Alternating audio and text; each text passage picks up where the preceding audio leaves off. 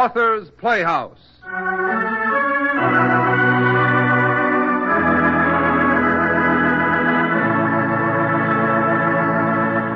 Ready with the bass drum, Bobby? I'll say I am. Listen to me, Dad. Oh, that's the stuff. How about the old kazoosaphone, Peter? Right in time. Well,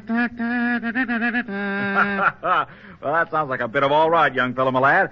All right, now here goes. McNamara's Band with a hot time in the old town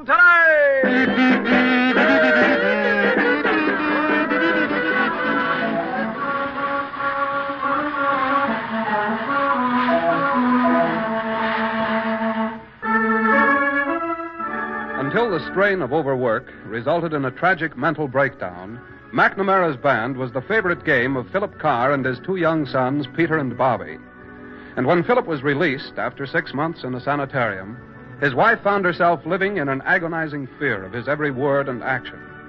How these two people worked out the problems which faced them is compellingly told in Author's Playhouse presentation for tonight, The Long Way Round, a story by James Ronald.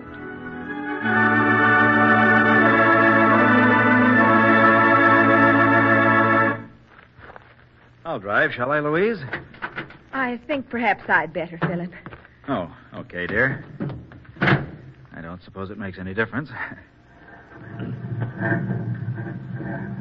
I only thought it'd been so long since I sat behind a wheel. I said I only thought it'd been so long since I sat behind a wheel. I heard you, Philip. You just rest.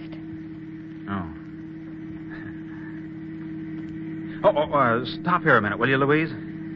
Why on earth do you want to stop here? Well, I just want to look back and see the place from the outside.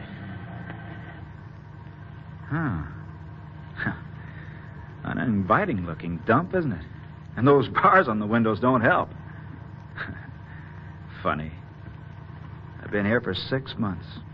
And until this moment, I had no idea how it looks from the outside. I've seen all I want of it myself. I never want to see it again. Poor old girl. It was worse for you than for me. I don't know how you stood it. Coming to see me twice a week, rain or shine. If you finish looking at the place, Philip, I'll drive on. Right. The sooner the better. I've seen all of it I want. Yeah, the only place I want to look at now is home.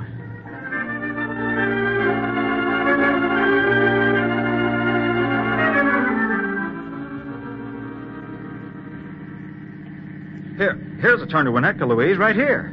Stop the car. You've passed it. I meant to tell you, Philip. I've let the house for a year and taken one at Woodstock. It's a charming little place, restful and quiet.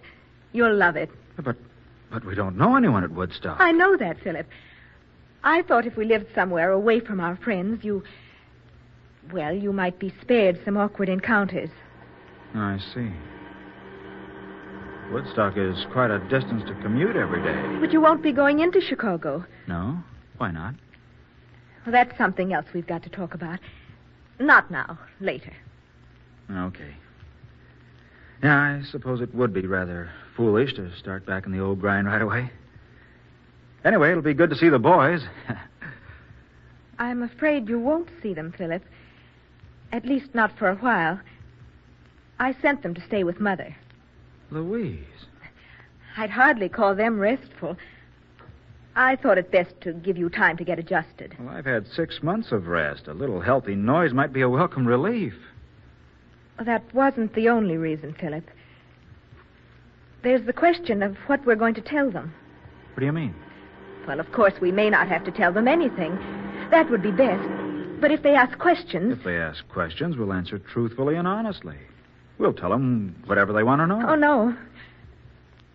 They're so young, don't you think? Well, I think there's no sense in making a mystery of the whole business. Well, they may not ask. They may simply accept the pleasant fact that you're home again. Children have such short memories. But surely you've told them something, Louise. Only that you'd gone away for a vacation. And you think they accepted that? They were there when I was taken away. Surely they saw me go. Well, didn't they? Yes. Yes, they saw you go. I thought so. And if I know kids, their imaginations have been working overtime. We'd better straighten them out. Now, the truth probably isn't half as bad as the thing they've been conjuring up in their minds. I still say we'd better let matters rest as they are, Philip. I've thought everything out while you were away. And what I've done, I'm sure, is for the best.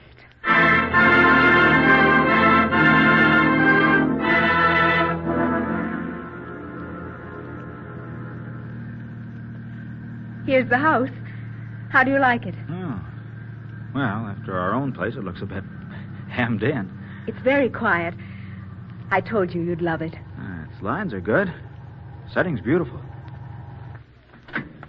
Well, out you go. I've been looking forward to showing it to you.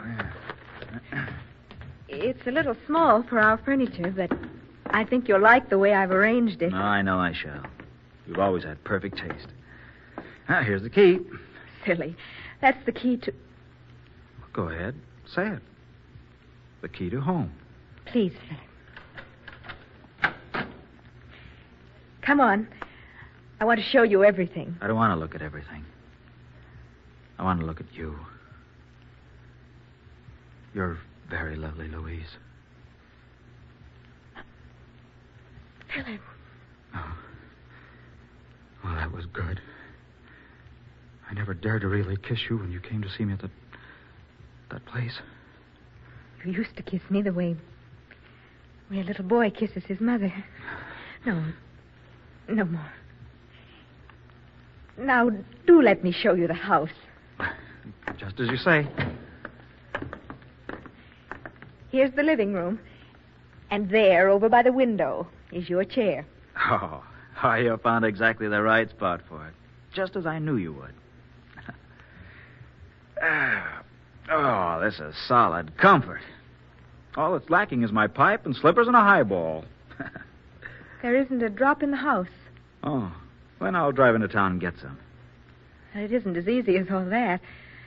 Scotch is as scarce as hen's teeth. No, I'm not fussy. I'll settle for rye or bourbon. Philip, perhaps you don't realize what a time I've been through. Don't look at me like that, Louise. Let's not fall out the minute I get home. I only want to do what's best for you. I know you do. But right now's a good time to set something straight, Louise. It wasn't drinking that threw me out of gear. I wish... Now, wait a minute. Let me finish. I know for a while I was drinking heavily. Too heavily. But it wasn't that. I mean, not only that. I was working 14, 15, 16 hours a day, every day. It was the endless worry. It was that big housing project with 101 things going wrong with it every time I turned my head. The wonder to me is I lasted as long as I did. How about Harry? Harry? Yeah, Harry. The poor guy, I dumped the whole thing right in his lap. How's it coming along? I haven't the slightest idea. Well, hasn't Harry told you about it? I haven't seen him for months. Here, now, hold everything, Louise. You mustn't blame Harry. It wasn't his fault. He's your partner, but he let you work yourself into a nervous breakdown. No, that's not fair. He did his share of the work. It just happened that most of the detail of that housing project was more in my line than in his. You know old Harry, it just isn't in him to worry. No, he left the worry to you. That's not at all like you, Louise. If I'd listened to Harry, I'd have been all right. He was always at me to take it easy. Did his best to make me take time out for that fishing trip. If you don't mind, we won't talk of that. A trip I never took. It got so for a while, it was all I could think about. I'd be sitting in the office, stewing over forms at my drafting board, trying to figure out how to make bricks without straw, and all the time my mind would be up in northern Wisconsin, tangling with those big muskies. You wouldn't have been half so ill if that fishing trip hadn't become an obsession. Oh, let's not talk about it. I should think we could start all over again as if you'd never been away. Well, I have an idea that talking about it's the only way to get it out of my system. You wouldn't treat a boil by ignoring it. I'll answer. I'm sure it's for me anyway. Probably so, dear. Hello? Yes, he's home. No, he's lying down. Very well. I'll tell him.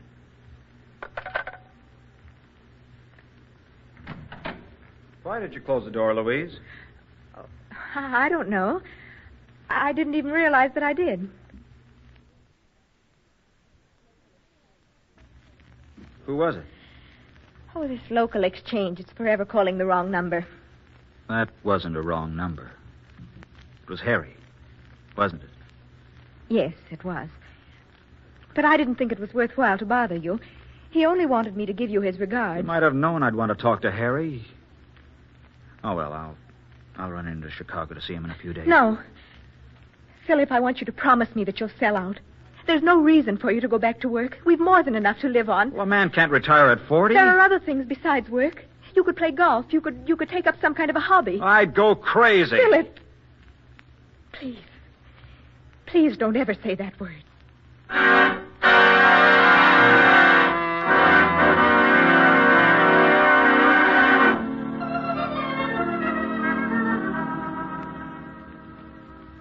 I've been helping out Louise by more or less looking after your financial affairs while you were away, Philip. All the details are here if you'd like to go over them. Jack, please don't bother Philip right now with that sort of thing. He knows we can rely on you. But after all, Sis... She's right, Jack.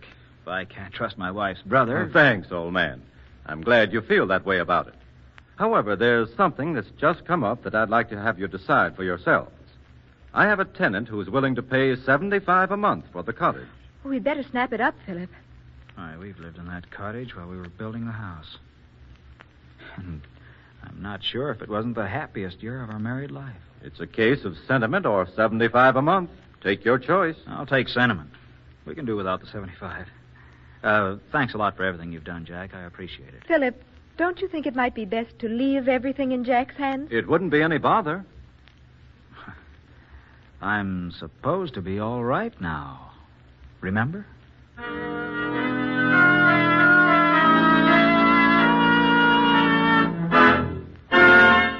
Go ahead, say it. I disgraced you. I behaved like a boor, didn't I? I couldn't see any special reason for you to call Mr. Peters an unmitigated old fool. Look, a lot of things happened these 6 months I was away. He kept bringing up things that anyone who followed the newspapers would be bound to know. But I was stumped. I felt like saying, you know why I don't know what you're talking about? No, I'm not crazy now, but I was for 6 months. Philip, I've asked you before. Please.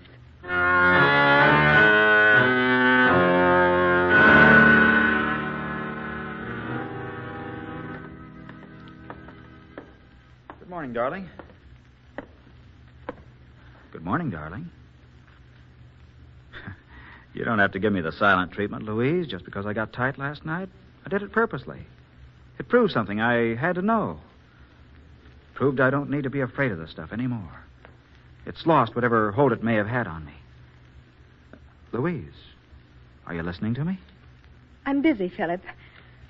I'm writing a letter to Mother. Oh? Well, give her my love and tell her to hurry up and send the boys back. We can't have them back yet, Philip. I really don't think I could manage the extra work. But I want to see them. I haven't laid eyes on them since before I went away. It's been almost 8 months. Well, they could come up for a day. We could have a picnic. Well, a day's better than nothing. We could dig up some old junk and reorganize McNamara's band. Philip, I think that the idea of a grown man and 2 boys parading around and making a lot of noise is utterly silly. It seems to me there are lots of things you and the boys could do that would be more constructive.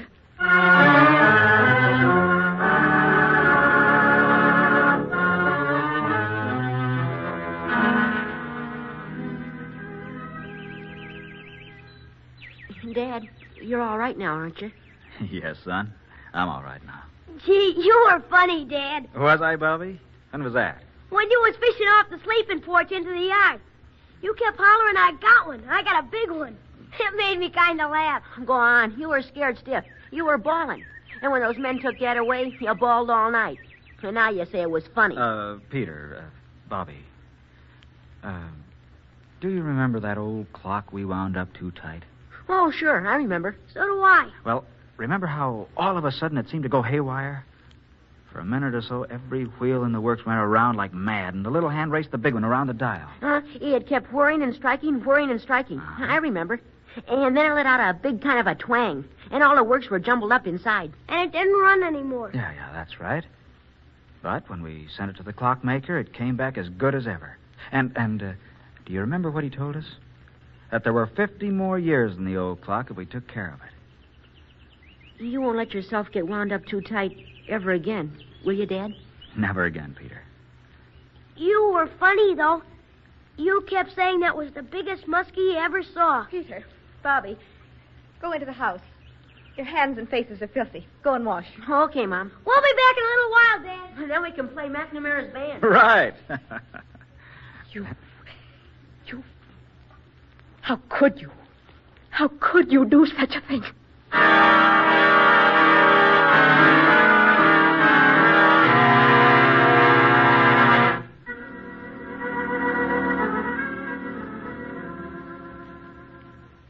No, it's quite out of the question. And that's final, do you understand? I won't have him bothered. You've got to leave him alone. Louise. No, goodbye. Let me have that phone, please. Harry? Philip, how are you, old boy? I never felt better in my life. What were you phoning about, Harry? Nothing very much. Nothing for you to worry about. Oh, I'm not the worrying kind anymore, Harry. You couldn't hire me to worry. What were you and Louise talking about? Oh, it wasn't anything especially important, Phil. Just, What is it? Listen, Harry. If it's anything to do with the business, I want to know what it is. Well, now, if you put it that way, Phil, we've been asked to design a prefabricated house for the government. It struck me it was right up your street, but I don't I'll be down at the office in the morning. Hey, hold on a minute now. Here, I won't have it at the office. I'll send you all the dope, and you can work it out at home, but you stay away from the office. And I'm not kidding, Phil. I mean it. All right, Harry, just as you say, but don't send the specifications here. I'll phone you later and tell you where to send them. Well, what's the idea? Goodbye, Harry. What did you mean by telling Harry not to send those specifications here? It's simple. I meant that I'm leaving. You can't, Philip. You shan't leave me. I won't let you. Philip, won't you try to understand? All I've ever thought I thought I was coming home. If this is what you call coming home, we've come the long way around. Maybe I've been a fool, but don't you see? Oh, you must see, Philip. I was afraid, terribly, horribly afraid. A man can't spend his days with fear. It eats his heart out, rots his insides away. I wanted you to forget. A man's made up of his experiences. He's got to be able to live with them in order to live with himself. Where are you going? I haven't even thought about that. All I've thought about is that I've got to get away from you. I love you, Louise. I always have and I always will. But you're poisoning the air I breathe. I've got to go now before I start hating you.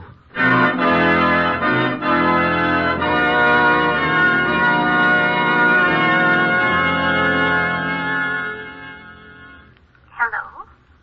Mother, Louise, child, whatever's the matter? I've tried to get you 3 times since Tuesday, but your phone must have been out of order. What's happened between you and Philip? he's left me. Left you? Yes. Well, I thought something must be wrong the way he acted. He wouldn't talk about you at all. You've seen him? Why, yes. He came by yesterday afternoon and took the boys away for the weekend. Oh, Whatever's come between you, Louise? Well, I thought... I can't talk about it now, Mother. Goodbye.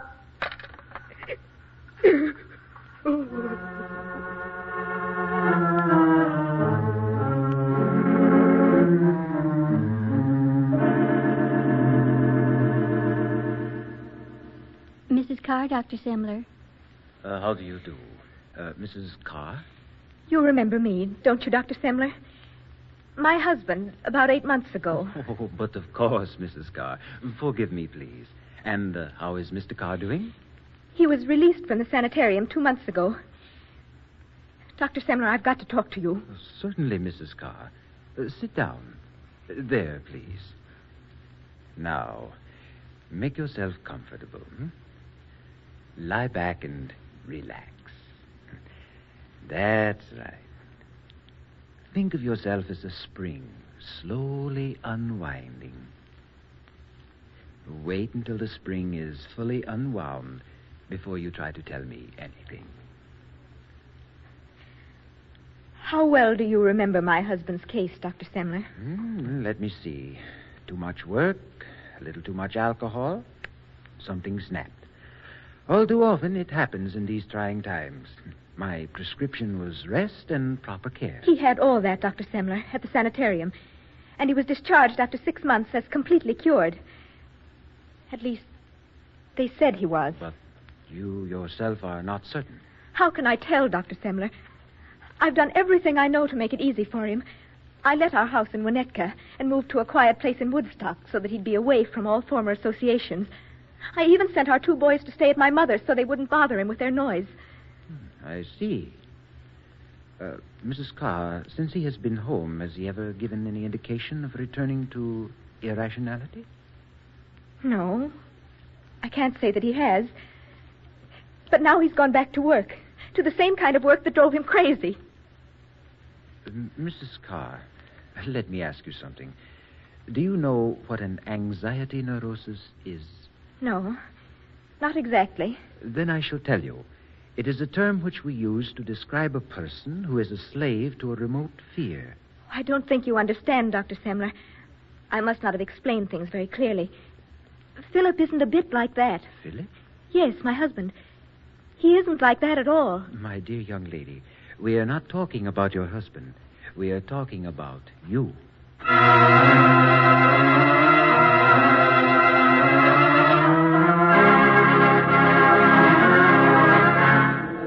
A ticket to Winnetka, please.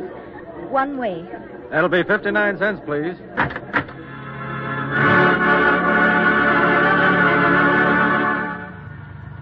Do you know where the Carr place is? Out on the lakefront? Sure, I know where it is. Get in, lady. I don't want the large house, please. I want the little cottage on the south side.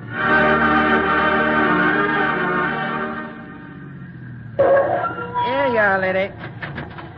85 cents. Thank you. Here, keep the change.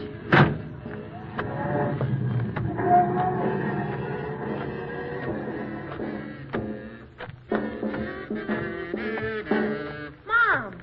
Louise. I have a comb and some tissue paper in my handbag. Do you suppose I could join McNamara's band?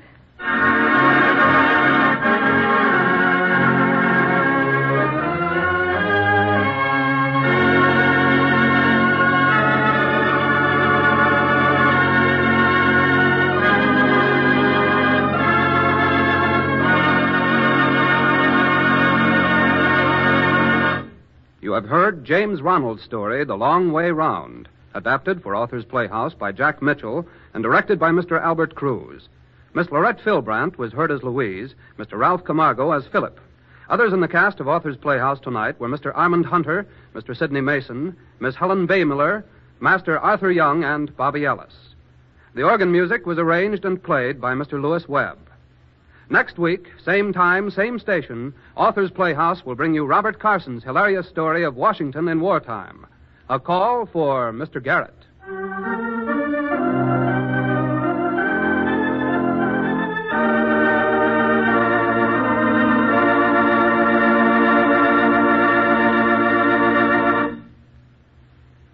This is the National Broadcasting Company.